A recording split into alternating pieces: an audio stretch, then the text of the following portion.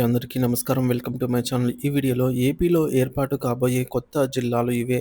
కొన్ని జిల్లా కేంద్రాలు రద్దు. దీనికి సంబంధించిన పూర్తి తాజా సమాచారాన్ని వీడియోలో తెలుసుకుందాము. వీడియో అయితే ఎక్కడ గాని స్కిప్ చేయకుండా ఎండ్ వరకు చూసేయండి. అప్పుడు ఇన్ఫర్మేషన్ పూర్తిగా అర్థమవుతుంది. అలాగే వీడియో చూస్తున్న ప్రతి ఒక్కరు వీడియోకైతే లైక్ చేయండి ఫ్రెండ్స్. ఈ వీడియోని తోటి ఉద్యోగ పెన్షన్ మిత్రులతో షేర్ చేయండి. కొత్తగా మన ఛానల్‌ని చూస్తున్నారు. ఇంకా ఎవరైనా సబ్స్క్రైబ్ చేసుకున్నట్లయితే వెంటనే మన ఛానల్‌ని సబ్స్క్రైబ్ చేసుకోండి.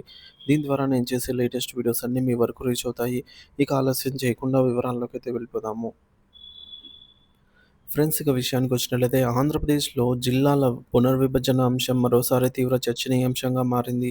గత వైసీపీ ప్రభుత్వం చేపట్టిన 26 జిల్లాల ఏర్పాటు ప్రక్రియ అశాస్త్రీయంగా, స్థానిక ప్రజల ఆకాంక్షలకు విరుద్ధంగా జరిగిందన్న విమర్శల నేపథ్యంలో కూటమి ప్రభుత్వం ఈ అంశంపై దృష్టి సారించింది. ప్రజల నుంచి వెల్లువెత్తిన అభ్యంతరాలు, విజ్ఞప్తులను క్షుణ్ణంగా పరిశీలించి హేతుబద్ధమైన పరిష్కారాలు సూచించేందుకు 7 మంత్రులతో కూడిన ఒక క్యాబినెట్ ఉపసంఘాన్ని నియమించింది.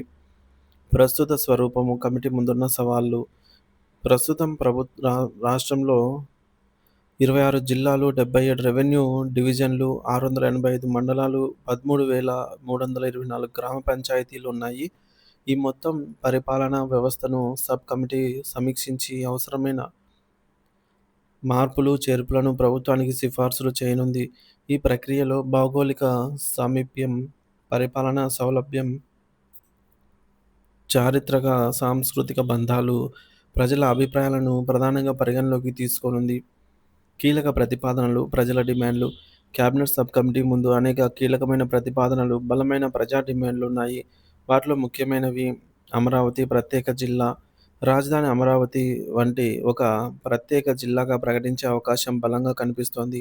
దీనివల్ల రాజధాని ప్రాంతం అభివృద్ధికి మరింత ప్రాధాన్యత లభించడంతో పాటు పరిపాలన కేంద్రీకృతం అవుతుందని ప్రభుత్వం భావిస్తోంది. ఇది కార్యరూపం దాలిస్తే గుంటూరు, పల్నాడు, ఎన్టీఆర్ జిల్లా సరిహద్దుల్లో గణనీయమైన మార్పులు చోటు చేసుకుంటాయి. రెండోది మార్కాపురం, హిందూపురం జిల్లాలు.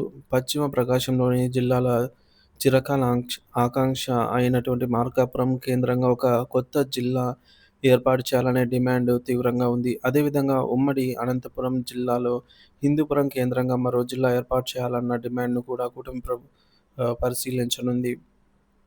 మూడోది జిల్లా కేంద్రాల మార్పుపై వివాదం. అన్నమయ్య జిల్లా కేంద్రంగా రాజంపేటను ప్రకటించాలని ఒక వర్గం ప్రజలు కోరుతుండగా, ప్రస్తుతం ఉన్న రాయచోటినే కొనసాగించాలని మరో వర్గం పట్టుబడుతోంది. ఈ వివాదాన్ని కమిటీ సామరస్యకంగా పరిష్కరించాల్సి ఉంది. పాత జిల్లాల్లో విలీనం. గత విభజనలో ఏలూరు జిల్లాలో కలిపిన నూజివీడు, కైకలూరు నియోజకవర్గాలను తిరిగి కృష్ణా జిల్లాలోనే విలీనం చేయాలన్న డిమాండ్ బలంగా వినిపిస్తోంది. భౌగోళికంగా, సాంస్కృతికంగా ఈ ప్రాంతాలు కృష్ణా జిల్లాకు దగ్గరగా ఉండటమే ఇందుకు కారణము. కొత్త మండలాల ఏర్పాటు. అల్లూరి సీతారామరాజు జిల్లాలోని రామవరం మండలాన్ని విభజించి కొత్త మండలాన్ని ఏర్పాటు చేయాలనే హామీ గత ప్రభుత్వ హయాం నుంచి పెండింగ్‌లో ఉంది. ఈ అంశాన్ని కూడా ప్రస్తుత ప్రభుత్వం పరిశీలించి కార్యరూపం దాల్చే అవకాశం ఉంది. ప్రజాభిప్రాయానికే పెద్దపీట.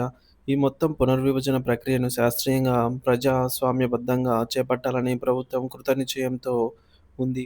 కేబినెట్ సబ్ కమిటీ ప్రజల నుంచి సూచనలు, అభ్యంతరాలను స్వీకరించి వాటిని తమ నివేదికలో పొందుపరచనుంది. గతంలో జరిగినట్లు కాకుండా బలవంతపు నిర్ణయాలకు తావివ్వకుండా ప్రజల ఆకాంక్షలకు అనుగుణంగానే తుది నిర్ణయం ఉంటుందని ప్రభుత్వ వర్గాలు స్పష్టం చేస్తున్నాయి. ఈ పునర్వ్యవస్థీకరణ ప్రక్రియ రాష్ట్ర రాజకీయ పరిపాలనా రంగాల్లో ఎలాంటి మార్పులకు దారితీస్తుందో మరి వేచి చూడాల్సి ఉంది.